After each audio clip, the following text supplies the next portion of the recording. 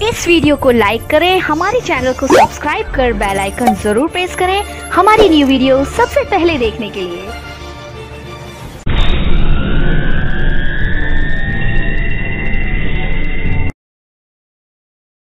कल हमने पढ़ा था कि अपनी फाइल को इस तरह से पासवर्ड लगाएं कि कोई इसमें चेंजिंग ना कर सके, या दूसरा तरीका हमने पढ़ा था कि अगर इसमें चेंजिंग कर सके तो हमें पता चल जाए। तीसरा तरीका हमने पढ़ा था कि हमारी फाइल को सिर्फ ओपन करके रीड कर सके, उसमें चेंजिंग कोई ना कर सके।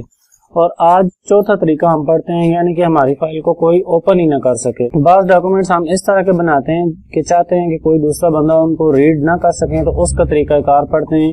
टूल्स मेन्यू में जाने के बाद हम जाते हैं ऑप्शंस पर। कल गए थे प्रोटेक्ट डॉक्यूमेंट पर, आज जाते हैं ऑप्शंस पर। ऑप्शंस पर जाने के बाद हमारे पास सबसे आखिर में टैब होता है सिक्योरिटी का। सिक्योरिटी पर क्लिक करें। सिक्योरिटी पर क्लिक करने के बाद ये कहता है पासवर्ड टू ओपन। यहाँ पर वही तरीकाकार है जो हमने कल पढ़ा था कि यहाँ पर कोई भी अपना पासवर्ड लगाएं और नीचे दोबारा वही पासवर्ड। वो लगाने के बाद इसको हम ओके करते हैं और तीसरी बार ये पासवर्ड मांगेगा। क्यों मांगेगा? कि इसको पता है कि अगर पासवर्ड गलत हुआ तो ये फाइल फिर कभी भी ओपन नहीं हो सकती। तो इसको क्या करते हैं, हम तीसरी बार भी वही पासवर्ड देते हैं जो पहली 2 बार दिया है। वो देने के बाद ओके, और फिर एक बार फिर कंफर्म कर रहा है, क्योंकि जो फाइल हम पहले करते थे ओपन कर सकते थे, उससे दोबारा देखकर टाइप कर सकते थे, लेकिन ये फाइल ओपन नहीं होनी, इसलिए बार बार ये कंफर्म करना चाह रहा है। तो वो देने के बाद इसको फिर ओके कर दें। और अब जब हम इस फाइल को सेव करते हैं, किसी भी जगह सेव किया और दोबारा जब हम इस फाइल को ओपन करेंगे तो सबसे पहले ये हमसे पासवर्ड मांगेगा। जब तक पासवर्ड नहीं देंगे ये फाइल ओपन नहीं होगी।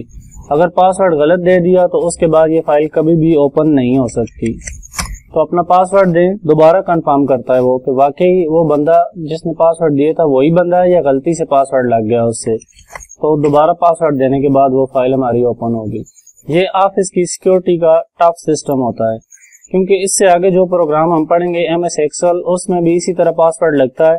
और कई कंपनियां ऐसी होती हैं, मसलन फ्रेंचाइज वगैरह, जो कि जितना उनके पास इजी लोड का रिकॉर्ड होता है या जो बैलेंस के कार्ड होते हैं, सब का रिकॉर्ड वो उस फाइल में सेव करते हैं और उसको पासवर्ड लगा देते हैं ताकि कोई दूसरा बंदा उसको एक्सेस ना कर सके। तो ये हमारा होता है ऑप्शन में जाकर सिक्योरिटी और पासवर्ड टू ओपन। पासवर्ड खत्म करना हो तो उसको डिलीट करें, दोबारा डिलीट करें और ओके कर दें। इसके बाद सेव करें तो हमारा पासवर्ड खत्म हो जाएगा। इस फाइल को हम ओपन करेंगे तो अब ये पासवर्ड नहीं मांगेगा।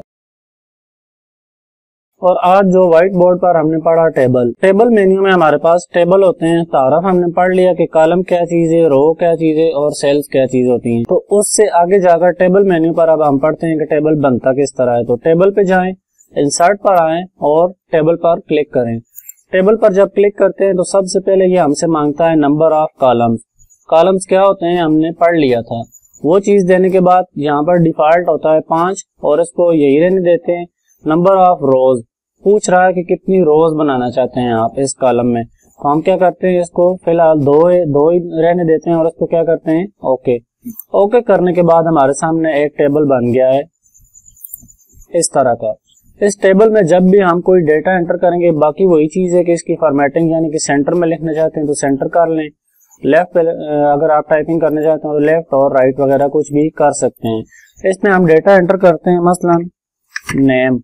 अब इससे आगे वाले सेल में जाना हो तो सेल में जाने का तरीकाकार होता है कि कीबोर्ड पर बटन होता है टैब का। टैब के बटन के जरिए हम टैब प्रेस करते हैं तो ये नेक्स्ट सेल में चला जाएगा। यहाँ पर हम डेटा एंटर करते हैं और फिर टैब प्रेस करने के बाद आगे चला जाएगा। उसके बाद दोबारा टैब। और अब अगर हमने डिलीट करना हो कोई कॉलम, मसलन 3 कॉलम चाहिए थे, 2 कॉलम फालतू बन गए हैं, तो उनको डिलीट करने का क्या तरीकाकार है, उस कॉलम में जाएं, राइट क्लिक करें और डिलीट सेल्स पर क्लिक करें। डिलीट सेल्स पर क्लिक करते हैं तो ये हमसे पूछता है कि आप क्या चीज डिलीट करना चाहते हैं, यानी कि सेल्स डिलीट करना चाहते हैं या जो नीचे वाली सेल्स है उनको डिलीट करना चाहते हैं, या एंटायर रो यानी कि पूरी रो डिलीट करनी है या पूरा कॉलम डिलीट करना है। हमने क्या करना है, डिलीट दी एंटायर कॉलम। एक कॉलम डिलीट हो गया, अगर दोनों को डिलीट करना होता है तो दोनों को सिलेक्ट कर लेते हैं और इसी तरह करते हैं, राइट क्लिक और यहाँ पर डिलीट सेल्स। इधर आने के बाद डिलीट एंटायर कॉलम, पूरा कॉलम डिलीट करना है, ओके। और हमारे जो फालतू कॉलम थे वो डिलीट हो गए हैं। आगे के सेल में जाना है तो टैब प्रेस करें, यहाँ पर आ जाएगा, यहाँ पर कोई भी डेटा एंटर करें। इससे आगे डेटा एंटर करने के बाद यहाँ पे अब अगर हमें मजीद रोज की जरूरत है तो हमें इंसर्ट मेन्यू में जाने की जरूरत नहीं है।